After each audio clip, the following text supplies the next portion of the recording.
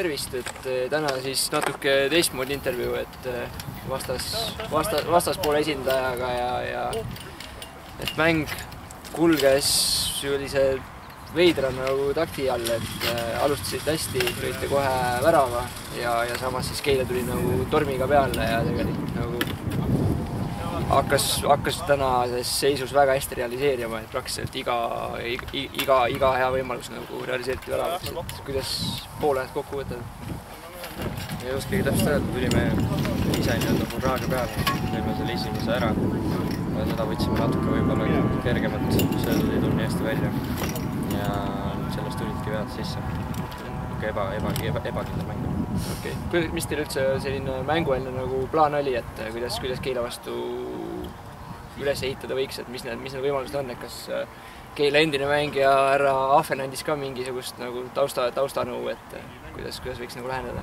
No, taustanõu kohta võiksin öelda, et andis infot, et ründajad on hästi kiired ning enamasti mängitakse kontrate peale.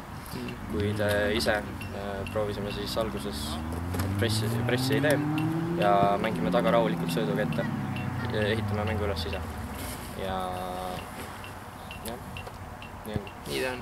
Et viimastel mängudel nüüd olete nagu hakanud punkte kaotama, et alguses vist olid järjest võidud teil kõik, et nüüd siis tuli Paide vastu viik, siis vahetult enne karikamängu, olulist mängu Sillamäe vastu, et andsite kodumängu Nõmmele ära, et ja nüüd siis on ka Keilale kaotus, et eks mis nagu on muutnud vahepeal või on esindusmeeskond võtnud liiga suurelt tähelepanu? No kuna see on mu debüütmäng, siis ma täpselt ei oska öelda selle kohta. Keskendun eliitliigale 17 siis.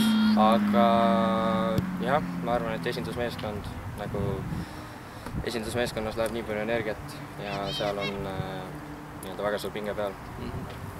Aga üritame siiski ka selle tiimiga nendest maksimumi anda ning võimalikult hästi mängud realiseerida. Jah, et kiidaks selles mõttes nagu vastasmeeskond teid, et mängite nagu sellist maast ilusat jalgpalli püüate mängida ja ei tule nagu lõhkuvalt peale, mis tegelikult teises liigas on üsna selline tavapärane, et selles mõttes nagu au ja kiitus, et soovin teile nagu edu järgmistes mängudes. Okei, tänud! Palun!